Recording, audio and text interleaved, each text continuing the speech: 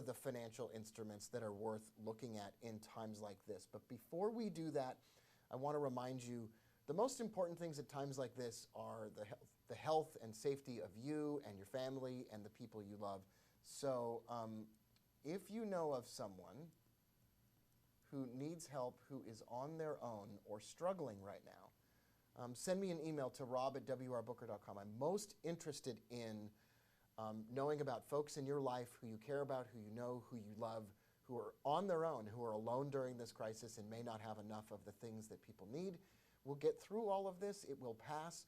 But this is a particularly difficult time for those of you and those of us, the people that we love, that may not have a support network around them. And you can also send, if you have a prayer request, if you have somebody you think might need some help, and whatever else. All right, in times like this, what are the stocks that make the most sense? So Jim Cramer, you know, Mad Money, always find a bull market, blah, blah, blah, blah, blah, talks about look in your pantry, look in your medicine cabinet. Those are the things that are going to do well, right? Those are the things that are going to be doing well. So look at, for example, Clorox, right? Look at Clorox in the midst of what has been a gigantic market rout. Look at this stock. This is just amazing. This is where all the money's going. Like, to the extent that money is not going into treasuries, it's going into stocks like Clorox. That's a cleaning product. Obviously, that's going to do well. Now, I'm going to give you the other side of this coin. Clorox is doing great right now. But there's going to come a time in the next year or so when it's not doing as well and when it will finally drop back down. But those levels are probably not anywhere near to where we are right now. This is a crazy bullish chart, but that looks like what an exhaustion move looks like, right? Eventually this move exhausts itself and people want to put their money back into Amazon and Facebook and Google and those kinds of stocks. So we're going to pay attention to Clorox. And I'm, you know, good for them. I'm glad they're doing well. But this is going to turn around at some point in time. And so Jim's going to be the bull, and I'm going to be on the lookout for a bearish move on something like that. I don't wish anything bad upon Clorox or anything like that. But eventually that's going to come back around. Another one that he mentioned was, oh yeah, Conagra. So let's take a look at Conagra Brands. So holding up really well under the pressure that the market is under right now. Money is flying into treasuries, or was, here's TLT, flying into treasuries, but that started to back off a bit. Where's the money going as treasuries come back down? Interest rates rise a little bit on the treasuries, the price of the treasuries come back down. Where is that money coming out of treasuries going into? It's going into these consumer staple stocks, like Procter & Gamble's probably done okay. Yeah, it's done all right the last few days. Look, it crashed at first, but then it recovered better than other financial instruments recovered. And then Smucker, I thought that was an interesting one that Jim Cramer mentioned. Look at that. Smucker JM Co.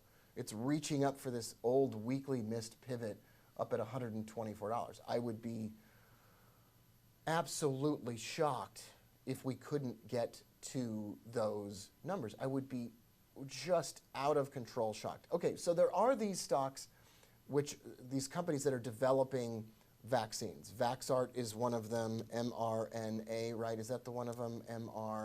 What's mRNA? We'll find it. mRNA, there it is.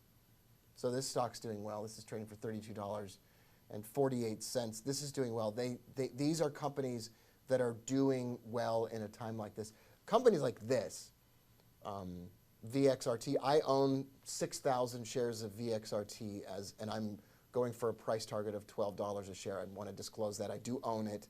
I'm not recommending that you buy it. All trading involves a substantial risk of loss and is not suitable for all investors. Past performance is not necessarily indicative of future results. This is educational, informational in nature. I'm not recommending that you buy it. I do own 6,000 shares of VXRT.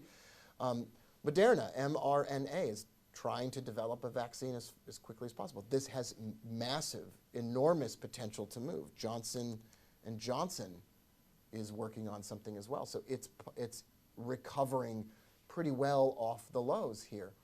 I think the stocks of the future are healthcare-related stocks, pharmaceutical-related stocks. I think medical supply company stocks like OMI. It's not a surprise to me that OMI is up 14% today. It's a medical supply company. They had disappointing earnings, but they're a medical supply company. These are the companies that I think you would want to look at over the course of the next 12 months. It just seems reasonable to me that these are the companies that are going to do well under an environment where money comes out of tech stocks, out of brick and mortar stores, into consumer staples, into consumer discretionary stuff, and into pharmaceutical stocks. One of these companies, Vaxart, mRNA, or whatever, one of these companies is going to make a vaccine. And that company is going to rise by 1,000%. And we don't know which company that is. So you can Google those companies, you can look them up, you can take a look around. You can see there's a list flying around the internet of 7 or 8 companies that are in the process of developing a vaccine. I think those are the ones that it would make some sense for me to diversify a little bit amongst all of those and see. I'm also long BCRX, which is not doing well today. It's a pharmaceutical stock. They work on stuff for inflammatory and infectious diseases, if I got that right. There's been a ton of insider buying. It's printing the greatest monster bullish pattern of all time. It's resting on top of an old weekly missed pivot. So this is one I will probably add to a position here in the hopes and expectation that we could rise to around $5, maybe $4.50 on this. Once again, it's not a trading recommendation, but I think that these kinds of stocks at a time like this have significant and enormous potential. Somebody asked me today, where could the VIX go? UVXY is probably my favorite financial instrument of all time. It's up to 102.71. It opened at like 104. This is preposterous. I heard the SIBO's having trouble even calculating the VIX. Here's what usually happens. The reason that UVXY and VXX fell on an ongoing basis forever was something called Contango. And that is, Contango is when the back end later month futures cost more because you're buying more time, and the front end costs less. Makes sense when you're buying futures that you spend more money to buy more time because there's less certainty in the future. Well, what we're in right now is what's called backwardation. Thank you to Stephen Place, who I work together with all the time, for helping to explain this, and my friend Dave Floyd from Aspen Trading as well, sending out some really great articles from Bloomberg. Backwardation is when the back end costs less, and the uncertainty in the front end is so great that the front end costs more, and you're seeing the front end costing more than the back end is causing the VIX to rise. Stephen Place got on Skype yesterday with me and explained to me that there's a case to be made that backwardation doesn't reverse itself for months, like May, maybe even at the earliest, and that means you could see the VIX rise 25% more from where it is right now, even 50% more than where it is right now. And I got all kinds of theories about how this all started and who's responsible for this, and that China's propping up its own stock market, and blah, blah, blah. We can get away from that for just a minute and face reality that there will be hundreds of thousands more cases as testing improves over the course of the next couple of weeks. And as those numbers come out, we've got to get those out of the system, you'll probably see volatility rise. And so it makes sense that backwardation is probably the name of the game for the next 4 to 6 weeks. But after that, Contango is the natural order of things on a financial instrument like this. And eventually, we'll settle back down, jump back up, and then probably drift, lower for a while. And this drifting lower for a while, probably June to December, may be the greatest money-making opportunity of all time. It may be, remember when Charlie Munger bought Wells Fargo at the low in March of 2010 or whatever he did? He bought it on the day, boom, on the day of the low. We may be able to short the VIX or buy puts that we may be able to do that, that becomes the monster trade, because the financial crisis was all about banks dropping and becoming worth nothing, and then all of a sudden they were on sale.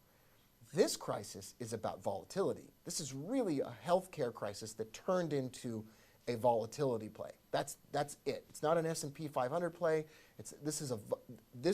Volatility is the expression of the fears, because it's not limited to financial stocks, it's across the board. And if all stocks is an expectation of future earnings, and future earnings have suddenly and dramatically dropped, the expectation that earnings would suddenly and dramatically drop, then the broad market as a whole isn't worth 19 times future earnings, because there's going to be a sudden drop in future earnings over the next 6 to 9 months. And that's why all stocks have dropped, and that's why that exploded the volatility. And that's why I think the best expression of what this is all about comes in volatility. And you don't have to be an expert to know that eventually the market gets back to normal. There could be a sudden crash in volatility on a $5 trillion stimulus program, and this crashes, pops back up a bit, and then drifts lower for 6 to 9 months, in which case it would be the greatest money-making opportunity of all time. It would be similar to people not wanting the banks anymore and then finding all the banks on sale at the greatest prices they've ever been at. And I think that's, my goal personally is to make, $1 million off of that trade. I don't know, I might make another $20,000 or whatever, but that'll be my goal, is to turn that into $1 million trade if I can. So anyway, congratulations to Jeff, my friend in the coaching program, who turned, in the midst of all of this, $400,000 into $2.1 million as of yesterday. Congratulations to Tom, who I think, Tom, you made 40 grand, and others. I think there's been some real stories of success and hope. You are the trader, you are the trader that is the average of the 5 traders you spend the most amount of time with.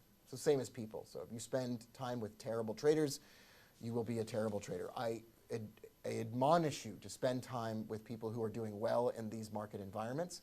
And I'll be here for you through everything. Check the links below. We'll probably have some links to jump trades, to insider money signals, and to some other things that we're working on right now, and to the coaching program as well if you want to be in a webinar with me every day. I love you all. We'll be back soon.